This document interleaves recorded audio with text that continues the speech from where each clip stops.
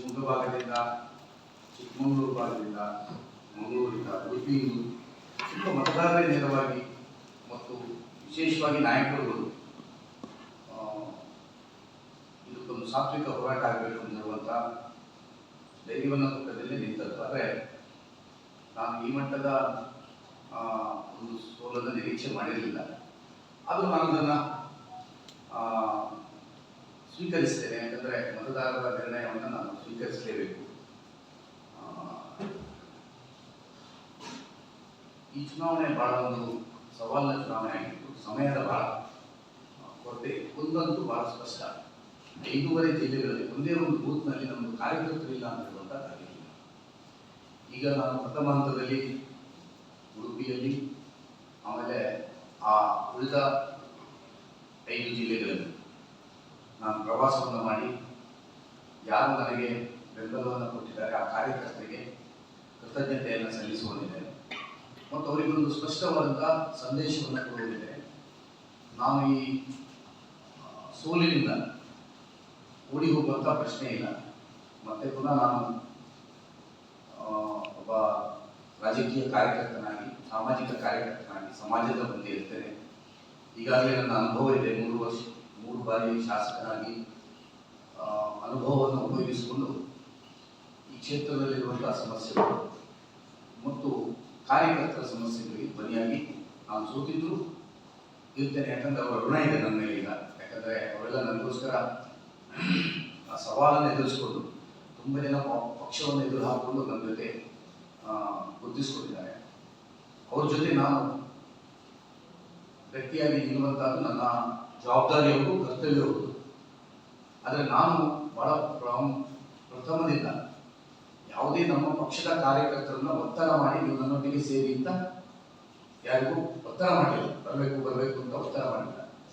ಈ ವಿಷಯದ ಬಗ್ಗೆ ನಾನು ಪ್ರಸ್ತುತಪಡಿಸಿದಂಥ ವಿಷಯದ ಬಗ್ಗೆ ಕನ್ವಿನ್ಸ್ ಆಗಿ ತುಂಬ ಜನ ಕಾರ್ಯಕರ್ತರು ನನ್ನೊಟ್ಟಿಗೆ ಈ ಸರಿ ಇದೆ. ಇದು ಕೇಂದ್ರದ ಚುನಾವಣೆ ಅಲ್ಲ, ರಾಜ್ಯದ ಚುನಾವಣೆ ಅಲ್ಲ, ಇದು ಚಿಹ್ನೆ ಇರುವಂತಹ ಚುನಾವಣೆ ಅಲ್ಲ. ಹಾಗಾಗಿ ಈ ಪಕ್ಷಕ್ಕೆ ಒಂದು ಸ್ಪಷ್ಟ ಸಂದೇಶವನ್ನು ಕಳಿಸಬೇಕು. ಈ ರೀತಿಯ ತಪ್ಪು ನಿರ್ಧಾರಗಳನ್ನು ಮಾಡಬಾರದು.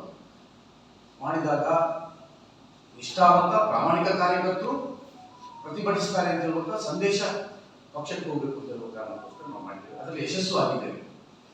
ಇಲ್ಲಿದ್ರೆ ರಾಜ್ಯದ ಅಧ್ಯಕ್ಷರು ಬಂದು ಸಭೆ, ರಾಷ್ಟ್ರೀಯ ಪ್ರಧಾನ ಕಾರ್ಯದರ್ಶಿಗಳು ಬಂದು ಸಭೆ, RSS ಲೋಕಸಭೆ ಚುನಾವಣೆಯಲ್ಲೂ ಇಷ್ಟು ಫೀಲ್ಡ್ ಇದ್ದಿಲ್ಲ. ಈ ಬಾರಿ RSS ನೇರವಾಗಿ ಫೀಲ್ಡಿಗೆ ಇಳಿದು ಕೆಲಸವನ್ನು ಮಾಡಿದ್ರು. ನಾನು ಅದಕ್ಕೆ ದೂರದಿಲ್ಲ, ತಪ್ಪಲ್ಲ, ಮಾಡಬೇಕಾದ್ದು. ಆ ಪಕ್ಷದಲ್ಲಿ ಒಬ್ಬ ಅಭ್ಯರ್ಥಿ ಮೇಲೆ ಪಕ್ಷದ ಕಾರ್ಯಕರ್ತರು, ಪರಿವಾರದವರು ಮಾಡಬೇಕಾದಂತ ಆಕ್ಷೇಪ ಅಲ್ಲ.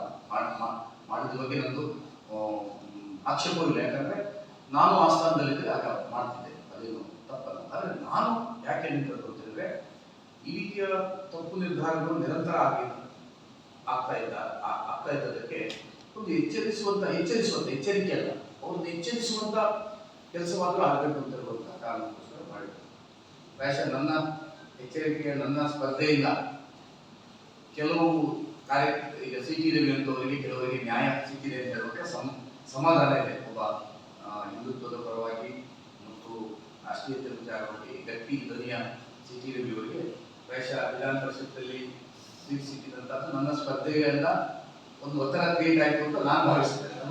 ಅದು ಸತ್ಯ ಹೋಗುದು ಮತ್ತು ನನಗೆ ಅದರಲ್ಲಿ ಸಂತೋಷವಿದೆ. ನಾನು ನಿಂತದ್ದು ಈ ತಪ್ಪು ನಿರ್ಧಾರಗಳ ವಿರುದ್ಧ ಒಂದು ಸಂದೇಶ ಹೋಗಬೇಕು. ಮತ್ತೆ ನಿಲ್ಲುವಾಗ ನಾನು ಗೆಲ್ತೇನೆ ಅಂತ ನಿಂತದ್ದು. ನನಗೆ ಮತ್ತೆ ತುಂಬ ವಿಚಾರ ಮಾಡಲಿಕ್ಕೆ ನನ್ನ ಸಮಯಾವಕಾಶ ಇರಲಿಲ್ಲ.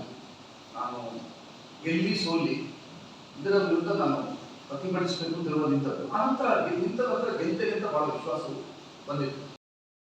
ಇನ್ನು ಪದವೀಧರ ಕ್ಷೇತ್ರದಲ್ಲಿ ಯಾರಾದರೂ ದುಡ್ಡಿಲ್ದಿದ್ದ ಸಾಮಾನ್ಯ ಕಾರ್ಯಕರ್ತರ ಪದವೀಧರದಲ್ಲಿ ಚುನಾವಣೆ ನಿಂತಾನೆ ಅಂತ ಹೇಳುವಂಥದ್ದು ಕನಸು. ಎಲ್ಲ ಹೇಗಿತ್ತು ಅಂದರೆ, ಪಾಪದನ್ನು ಯಾರೊಬ್ಬ ವರ್ಷ 25-30 ವರ್ಷ ಕೆಲಸ ಮಾಡಿದವರಿಗೆ ಒಂದು ಜನಪ್ರತಿನಿಧಿಯಾಗಿ ಬೇರೆ ಅವಕಾಶ ವಂಚಿತರಿಗೆ ಪದವೀಧರ ಕ್ಷೇತ್ರ, ಶಿಕ್ಷಕರ ಕ್ಷೇತ್ರದಲ್ಲೆಲ್ಲ ಸ್ಪರ್ಧಿಸಿ ಒಂದು ಅವಕಾಶ ಕೊಡ್ಬೋದು ಅಂತ ಹೇಳುವಂಥದ್ದು. ಈಗ ಈ ಚುನಾವಣೆ ನಡೆದಂಥ ರೀತಿ ನೋಡಿದಾಗ ಇದು ಸಾಮಾನ್ಯನಿಗೆ ಯಾರಿಗಿಲ್ಲ, ಯಾರಾದರೂ ದುಡ್ಡಿದ್ದವರು ಮಾತ್ರ ಸ್ಪರ್ಧೆ ಮಾಡಬೇಕು ಅನ್ನುವಂಥ ಒಂದು ವಿಷಯ ಬಂದಿದೆ. ಇದು ಒಂದು ರಾಜಕೀಯದ ವಿಚಾರದಲ್ಲಿ ಬಹಳ ಒಂದು ದೇಶದ ವಿಷಯ. ಆದರೆ ನಾನು ಬಹಳ ಸ್ಪಷ್ಟವಾಗಿ ಹೇಳಿದ್ದೇನೆ, ನಾನು ಉಡುಪಿಯ ಜನರಿಗೆ ನಾನು ಕೌಂಟಿಂಗಲ್ಲಿದ್ದೆ, ಅಲ್ಲಿ ಮಿಕ್ಸ್ ಮಾಡ್ತಾ ಇದ್ರು ಬೂತ್ನ ಪ್ರಕಾರ ನಮ್ಗೆ ಗೊತ್ತಾಗ್ತದೆ, ಬೂತ್ ನಂಬರ್ ಇರ್ತದೆ, ಅದು ಗೌಪ್ಯ, ನಾವು ಹೇಳಲಿಕ್ಕಿಲ್ಲ.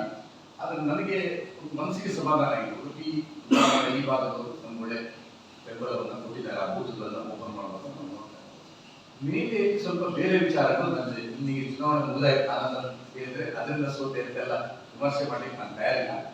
ಅಂತೂ ಪದವೀಧರ ಕ್ಷೇತ್ರದಲ್ಲಿ ಇಷ್ಟವರೆಗೆ ಆಗದಿದ್ದಂಥ ವ್ಯವಸ್ಥೆಗಳು ಈ ಬಾರಿ ಮೇಲೆ ಘಟ್ಟದ ಮೇಲೆ ಆಗಿರುವುದು. ಹಾಗಾಗಿ ಇವತ್ತು ಸೋಲಾಗಿದೆ.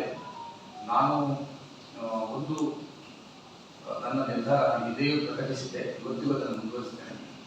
ನಾನು ಯಾವ ಕಾರಣಕ್ಕೂ ನನ್ನ ಸಾಮಾಜಿಕ ಜೀವನದಿಂದ ರಾಜಕೀಯ ಜೀವನದಿಂದ ಹಿಂದೆ ಸಿಗುವಂಥ ಪ್ರಶ್ನೆ ಇಲ್ಲ. ನನ್ನ ಬಳಿ ಇಷ್ಟವರೆಗೆ ಯಾರೆಲ್ಲ ಒಂದು ಸಮಸ್ಯೆಗಳನ್ನು ಇಟ್ಕೊಂಡು ಬರ್ತಾ ಇದ್ದ ಅವರೆಲ್ಲರಿಗೆ ಶಾಸಕನಲ್ಲದಿದ್ದ ಸಂದರ್ಭದಲ್ಲಿಯೂ ಅಧಿಕಾರಿಗಳ ಮೂಲಕ ಅಥವಾ ಕೆಲವು ಸಂಸ್ಥೆಗಳ ಮೂಲಕ ನಾನು ನ್ಯಾಯ ಕೊಡಿಸುವಂಥ ಕೆಲಸವನ್ನು ಮಾಡಿದ್ದೆ. ಇನ್ನೂ ಮುಂದೆಯೂ ನಾಳೆಯೂ ಆ ಕೆಲಸಗಳು ಮುಂದುವರಿದರೆ ನನ್ನ ಮನೆ ಸದಾ ನೊಂದವರಿಗೆ ಅಥವಾ ಯಾರಾದರೂ ಸಮಸ್ಯೆ ಇದ್ದವರು ಅಥವಾ ಯಾವುದಾದ್ರೂ ಇಲಾಖೆಗಳಿಂದ ಸರ್ಕಾರದಿಂದ ತೊಂದರೆ ಆದಂಥವರಿಗೆ ಅವರಿಗೆ ನ್ಯಾಯ ಕೊಡಿಸುವಂಥ ದೃಷ್ಟಿಯಿಂದ ನನ್ನ ಮನೆಯಲ್ಲಿ ಸದಾ ಬಾಗಿಲು ತೆರೆದಿರ್ತದೆ. ಯಾರು ಯಾವ ಕಾಲದಲ್ಲಿಯೂ ಬಂದು ನನ್ನನ್ನು ಸಂಪರ್ಕಿಸ್ಬೋದು. ನನ್ನ ಉಡುಪಿಯ ಕಚೇರಿಯಲ್ಲೂ ನಾನು ಒಂದು ವಾರದವರೆಗೆ ನಾನು ಸ್ವಲ್ಪ ಪ್ರವಾಸಗಳು ಬೇರೆ ಜಿಲ್ಲೆಗಳಿಗೆ ಹೋಗಿದ್ದೆ. ಒಂದು ವಾರದ ನಂತರ ಉಡುಪಿಯ ಕಚೇರಿಯಲ್ಲಿ ಹಿಂದೆ ಹೇಗೆ ಸಿಗ್ತಾ ಇದೆ ಶಾಸಕರಲ್ಲಿದ್ದಾಗಲೂ ಅದೇ ರೀತಿ ಜನರಿಗೆ ಸಿಗ್ತೇನೆ, ಮತ್ತೆ ಮುಂದುವರಿದ್ದೇನೆ ಮತ್ತು ರಾಷ್ಟ್ರೀಯ ವಿಚಾರಗಳಲ್ಲಿ ಗಟ್ಟಿಯಾಗಿ ನಿಲ್ತೇನೆ. ರಾಜಕೀಯದಿಂದ ವಿಮುಖನಾಗುವಂಥ ಪರಿಸ್ಥಿತಿ ಇಲ್ಲ. ಅಧಿಕಾರವೇ ಪ್ರಾಮುಖ್ಯ ಅಲ್ಲ. ನಾನು ಯಾಕೆ ನಿಂತದ್ದು ಹೇಳಿದ್ರೆ, ವಿಧಾನ ಪರಿಷತ್ ಸದಸ್ಯನಾಗಿ ಜನರ ಕೆಲಸ ಮಾಡಲಿಕ್ಕೆ, ಇಲ್ಲಿಯ ಸರ್ಕಾರದ ಒಳಗೆ ಕೆಲಸ ಮಾಡಲಿಕ್ಕೆ ನನ್ನ ಒಂದು ದೇವರು ಕೊಟ್ಟಂತ ಒಂದು ವಲಯದಲ್ಲಿ ಜನಪ್ರತಿನಿಧಿಯಾಗಿ ಎಲ್ಲರ ಸಮಸ್ಯೆಗಳನ್ನ ಫಸ್ಟ್ ಅರ್ಥಕೊಂಡು ಅದನ್ನ ಅಧಿಕಾರಿಗಳೊಟ್ಟಿಗೆ ಹೇಳಿ ಮಾಡಿಸೋದು ಒಂದು ದೇವರು ಕೊಟ್ಟ ವಲಯ. ಅದಕ್ಕೆ ವಿಧಾನ ಪರಿಷತ್ ಸದಸ್ಯನಾಗಿದ್ದರೆ ಸ್ವಲ್ಪ ಸರ್ಕಾರದಲ್ಲಿ ಗಟ್ಟಿದ್ದನೆಯಾಗಿ ಆಗುವುದು ಬರುವ ಕಾರಣಕ್ಕೋಸ್ಕರ ಎಲ್ಲವೂ ನಾವು ಎಣಿಸಿದಾಗ ಆಗುವುದಿಲ್ಲ. ನಾವೊಂದು ಎಣಿಸಿರ್ತೇವೆ, ದೇವರು ಇನ್ನೊಂದು ಬಯಸಿರ್ತಾರೆ. ಆದರೆ ಒಂದು ನಾನು ಎಣಿಸಿದ್ದೆ ಸ್ಪಷ್ಟ ಏನಂದ್ರೆ, ಚುನಾವಣೆಯ ನಂತರವೂ ನಾನು ಬಿಜೆಪಿಯಲ್ಲಿ ಮುಂದುವರಿದ್ದೇನೆ, ಚುನಾವಣೆಯ ನಂತರವೂ ನಾನು ಸಕ್ರಿಯ ರಾಜಕಾರಣದಲ್ಲಿರ್ತೇನೆ ಅಂತ ಹೇಳುವಂಥ ನಿಶ್ಚಯ ಮಾಡಿದೆ. ನಾನು ಇವತ್ತು ಒಂದತೆ ಯಾಕೆಂದರೆ ತಾವು ಮಾಧ್ಯಮದವರು ನನಗೆ ಒಳ್ಳೆಯ ರೀತಿಯಾದ ಎಲ್ಲ ಮಾಧ್ಯಮದವರು ಒಳ್ಳೆಯ ಸಹಕಾರವನ್ನು ಇತ್ತು ಮಾಧ್ಯಮದಲ್ಲಿ. ಹಾಗಾಗಿ ತಮಗೂ ನಾನು ಕೃತಜ್ಞತೆ ಮತ್ತು ಅಷ್ಟು ಮತದಾರರನ್ನ ಏಕಾಏಕಿ